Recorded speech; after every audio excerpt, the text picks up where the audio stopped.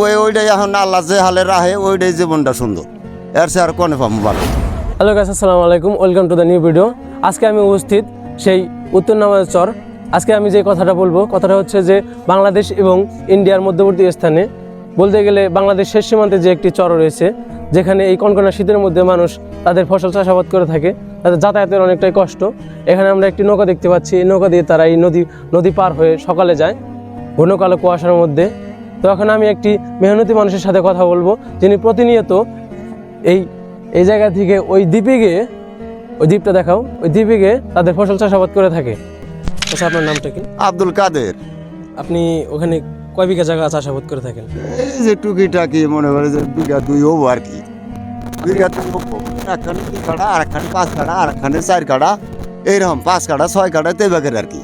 আপনি যে এই সকালে কষ্ট করে যান এই ঠান্ডার মধ্যে, কোনো কষ্ট হয় না? কষ্ট, কঠিন কষ্ট, দেখেন না যে কুয়াশা, তারপরে এই নদী পার হয়ে যায়, লোক আরেও যায় সময়তে, আরে মাঝিটা যে হুদা লোক হারিয়ে যায়, এই কুয়াশার মধ্যে লোক হারিয়ে যায়। আপনার ফ্যামিলির সংখ্যা কয়জন, মানে পরিবারে কয়জন আছেন আপনারা? 6-7 জন 8 জন আছি। তারপরে রোজগার করে কি? রোজগার করে আমার 2 ছেলে করে, আমিও কিছু কিছু যে সংসারের কাজ টাজ করি, আবাদ বসত করি, তাতে কিছু আসে, এটা দিয়ে চলি আর কি বাইরে বাইরে। তাতে কি আপনার জীবনটা সুন্দর মনে হচ্ছে? ওইটাই এখন আল্লাহ যে হালে রাহে ওইটাই জীবনটা সুন্দর, এর সে আর কোনে পাবো ভালো। যারা জাগো ভালো আছে তারা ভালোই চলে। এখন আঙ্গুরে কষ্টের জীবন, আমরা কষ্ট করেই চলি, এখন তাছাড়া তার উপায় নাই। ধন্যবাদ আপনাকে মূল্যবান কথাগুলো বলার জন্য।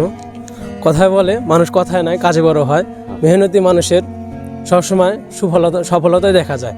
তো সবাই ভালো থাকবেন, ভিডিওটি ভালো লাগে শেয়ার করে দিবেন।